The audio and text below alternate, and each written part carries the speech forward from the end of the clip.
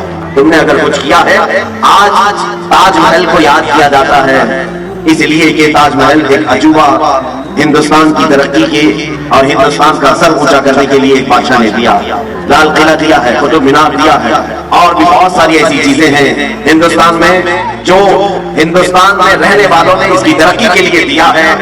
اسی طرح سے میں گزارش کروں گا ہر فیلڈ میں جو بھی ہے وہ ہندوستان کی ترقی کے لیے اپنا کچھ حصہ ضرور دے کر کے جائے۔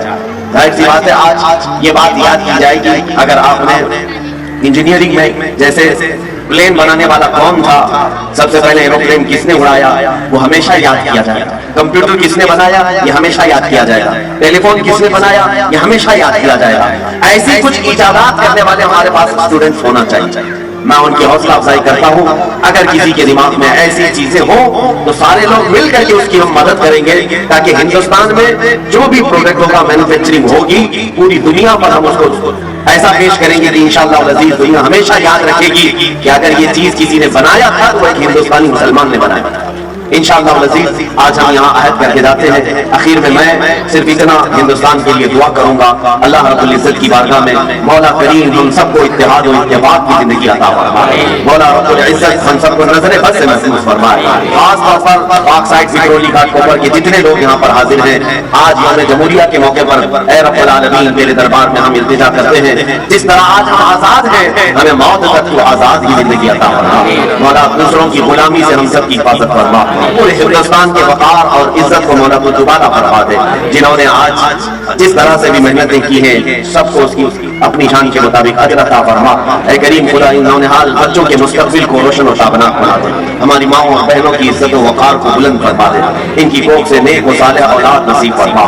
خصوصاً مولا ہمارے مذہبی شعار کی تو حفاظت فرما، جو بھی ہمارے دین و ایمان اور ہندوستان کے امن و چین و سکون کو غارت کرنے کی کوشش کرے، اے مولا تو اس کے لیے کافی ہو جا۔ حسبنا اللہ ونعم الوکیل، نعم المولا ونعم النصیر، وآخر دعوانا الحمد للہ رب العالمین۔ السلام علیکم۔ نعرہ تکبیر، نعرہ رسالت، ہندوستان ہندوستان ہندوستان، انقلاب انقلاب، بھارت کا سنویدھان۔ السلام علیکم۔